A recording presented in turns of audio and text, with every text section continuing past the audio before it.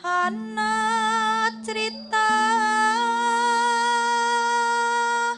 jam nganti meh jam telu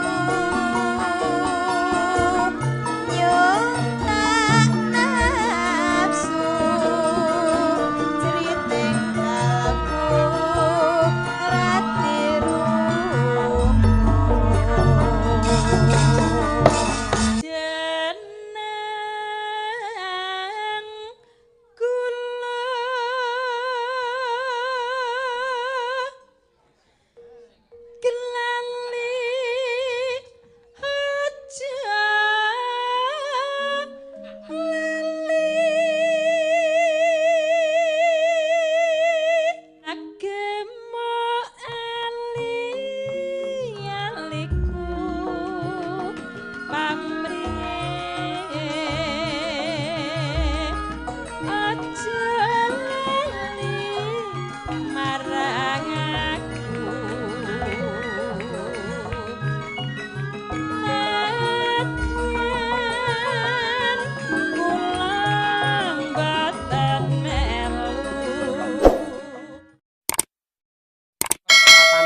rumiyin. Oh, monggo sekecake. Menika ngersakaken ula tampar rumiyin. Ula tampar. Nyap. Nggih, ula tampar. Ayo, iki gandeng sing dipatah awakmu, sampean muduna. Ayo. Men dikancani karo Mbak Trihastuti. Nggih, ingkang pundi nggih menika? Nggih. Truk. Ayo, coba kaya Oh, saking Ngawi. Nggih. Kutak tang tang dang dang dang dang. Oke, berpacu dalam melodi. Bersama Ireng Maulana. Ye ye ye.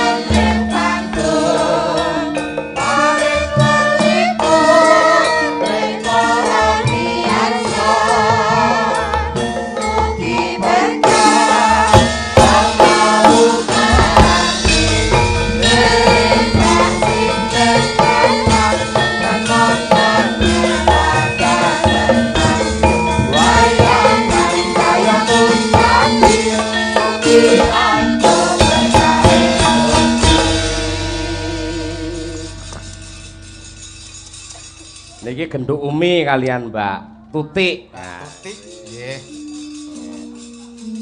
Kula tampar dipun bawani pangkur rumiyin mangke langgam terus bablas dangdut. Ya. Oke. Ya disikana Nah, pangkure. Matek seri angkleng darma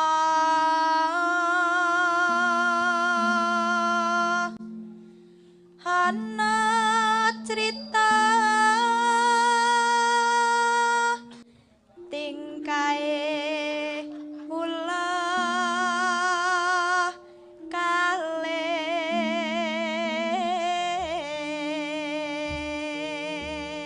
Hop, ayo Mbak Tutik. Engkang samya jumbo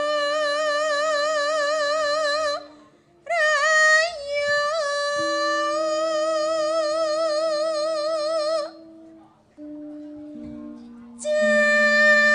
jenenge ulah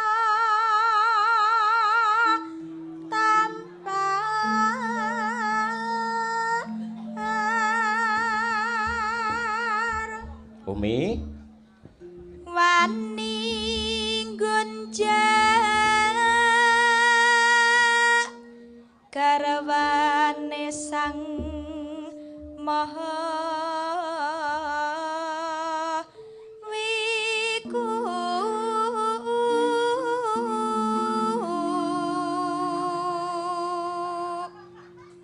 terus anengge kinaka raja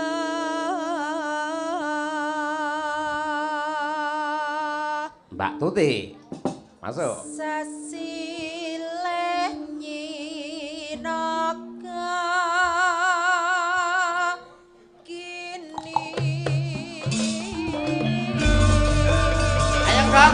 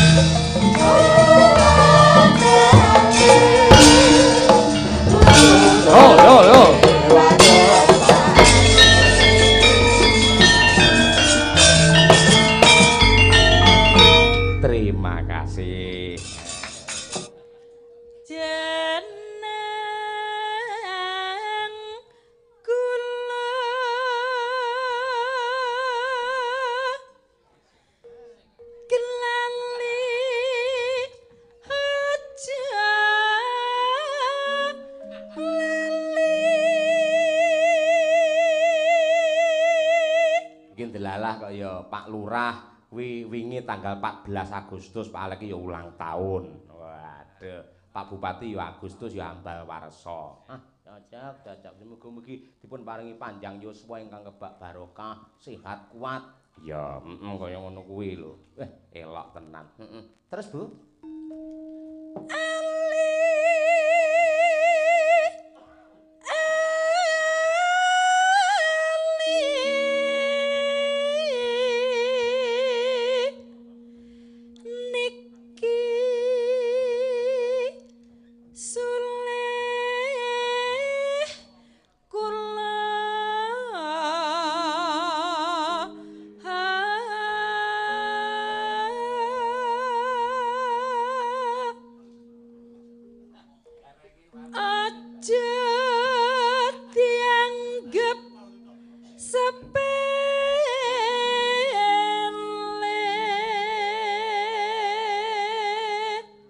Matur nuwun iki tunggone karo adimu lanang. Siapa? Kuwi Mas Hafid kuwi ya putra daerah dalang hebat saka ing wewengkon Bonagung kene. Apa? So suatu saat dipun tampilaken. Nah, dadi saurunge kula mangke Hafid dhisik ngoten niku. Ngasar kae ya. Aja ngasar. Rungane sing nonton lho ya. Bar ngisak kok ngasar ora. Gamelane rung rampung, Pak.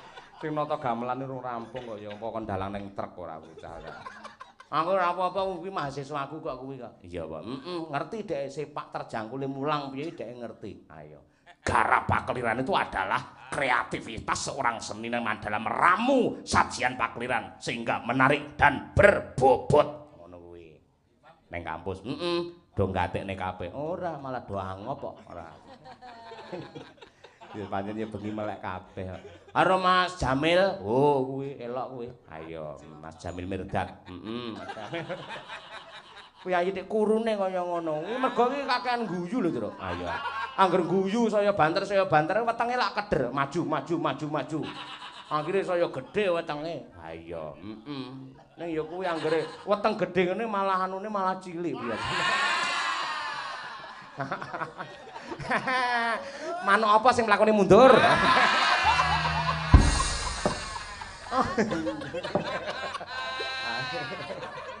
Ayo ngono kuwi.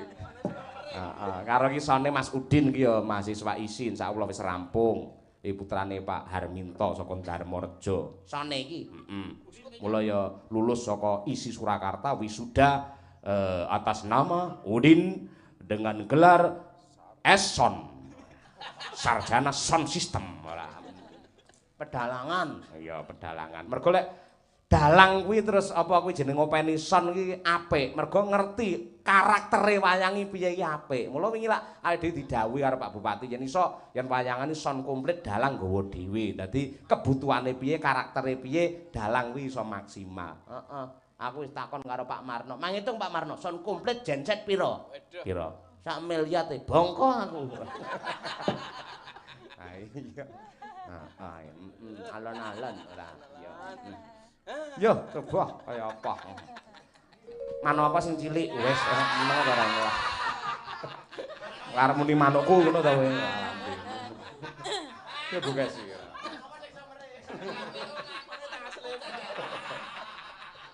Kok Pak Bupati kok gumujeng guyu niku napa presa ta, Pak?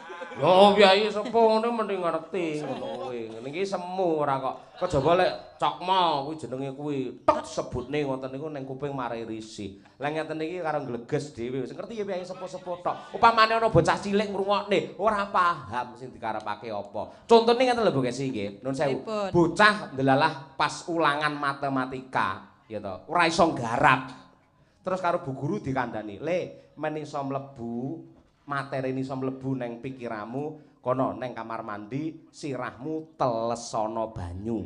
Nah, lek kanggene bocah yang penting langsung neng kamar mandi terus digebyur sirahe, men iso kuwi materine mlebu neng otak. Nek kanggene wong tuwa wis beda pikirane. Ben iso mlebu telesana banyu sirahe. Ngono wis beda ngene asumsine. Cukup. Manuk apa sing nyeni? Ora enek manuk nyeni enek. Ora enek. Apa? Manuk dadali. Diguyu dhewe ora. Manuk apa sing paling gedhi? Diteh. Utuk, ngawur teh. Apa, Truk? Oh, bekisar. Utuk, Garuda. Utuk. Apa? Manuk wari. Rambimu mbuh.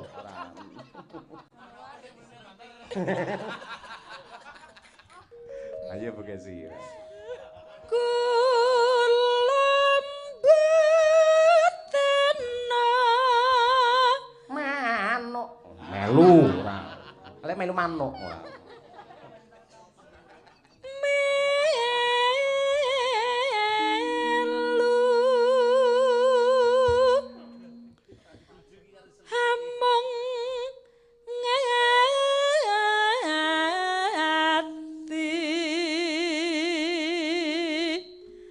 Tansah gondeli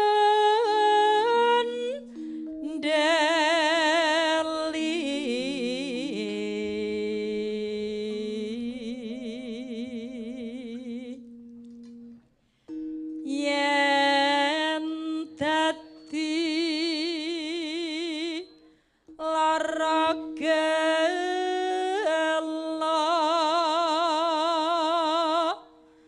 sedih rinten dalu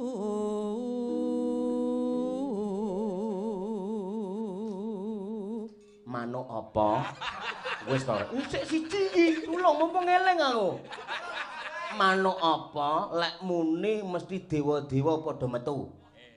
Ora enak, ana hubungane manuk karo dewa. Enak. Apa, Truk? Ora enek ngawur. Manuk kasuwargan. Ora enek manuk ning swarga kelakuane kaya bejat kok manuk kasuwargan ora enek. Manuk apa lek muni mesti dewa-dewa metu? Apa? Apa? Ngerti ora? Ora ngerti. Petro? Ora ngerti. Manuk maninten. Kalih. Manik kok manuk ora. Iya. Ngalih terus. Anggere karo Bagong iki marahi neraka ora senengane. Kuwi marahi apa jenenge ora ditresnani karo para kiai mergo omongane elek ngono kuwi lho ora. Nggih. Kene golek nggen sing iyup kene aja ngangge Bagong. Iya, heeh. Lha Bagong tek mburi jenengan niku. Kowe tek ngetutne iki karepmu piye? Ngetutne aku kan mau ning kene deboke guri kitok. Kowe pindah ning endi ketemu karo ingsun ora. Heeh. Manuk apa yang terbang ra iso medhon? Wis. Lambene ora. Yo Bu Kesi.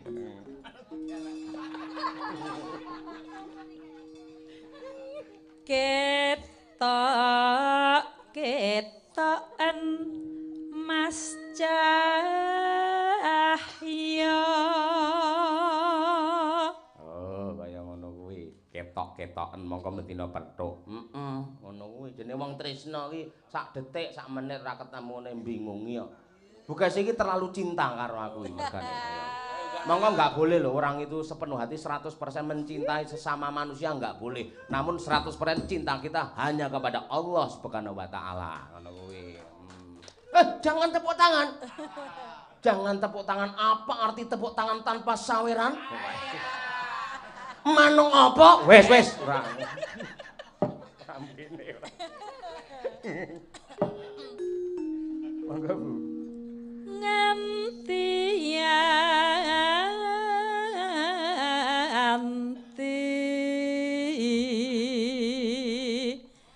besok apa bakal bali yen bali baca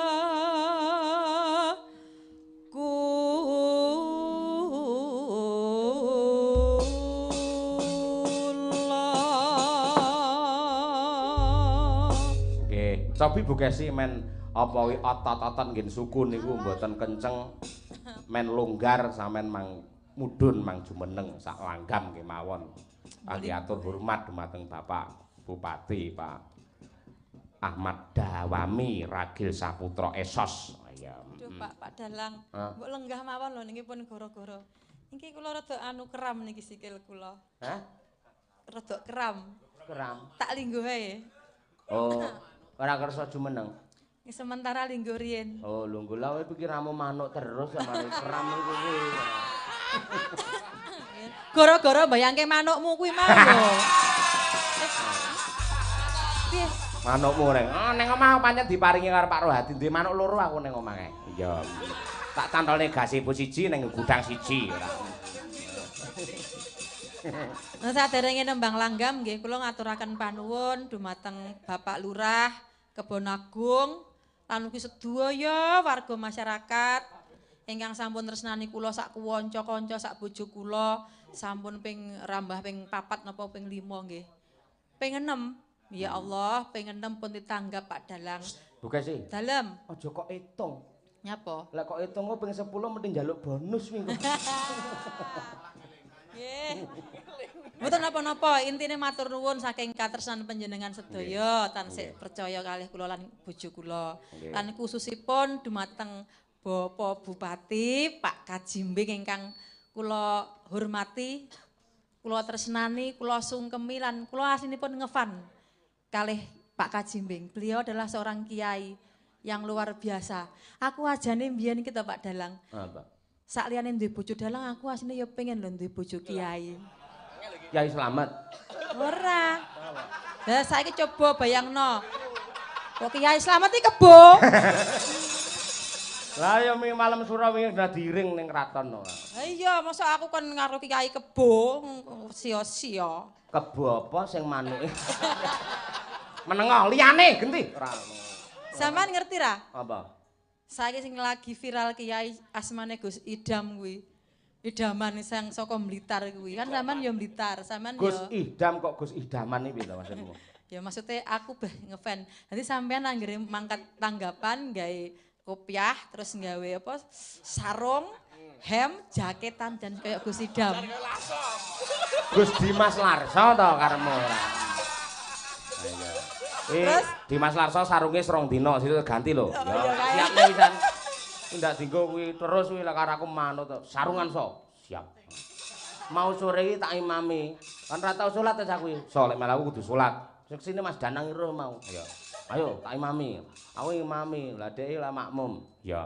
Au khairil maghdubi alaihim waladhdallin. Kudune lah amin. Dhek gur ngono tok.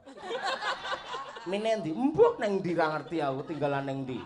Iki kok menawa bocah iki lagi apa wi lagi kesereten apa piye? Kedua rakaat kedua mau ngisakan yang ngono. Adil mantu bi alaihim waladhdallin. Bener no sesuk tak bener sesuk kuduan tak tatar neh sae kuwi. Ha iya. Ning sesuk dhek rada pucet mergo ning Ponorogo petuk ndurin dhek. Wedi karo ndek dikampleng raine. Arepe ngedek aku. Ha iya. Ndurin. Ndurin sing tak kei sarung ya arepe. Ya apik kuwi. Seragamke ngono ae ya. Yo, bukesi langgamipun. Ya. Ngagemo ali-aliku pamrih aja lali marang aku nadyan kula mboten melu besuke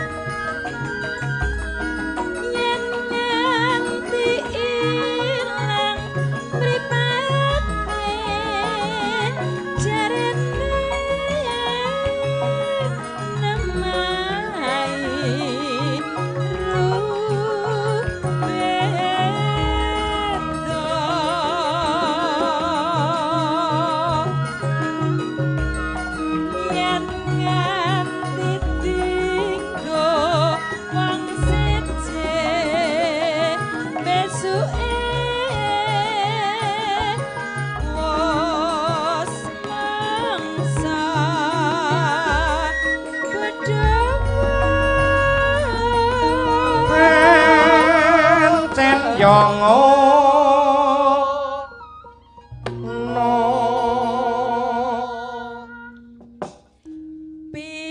pilihan kumripat biru pamrih pilihanku mripat biru ingkang warni yen takon isi atiku besuke mreksa nono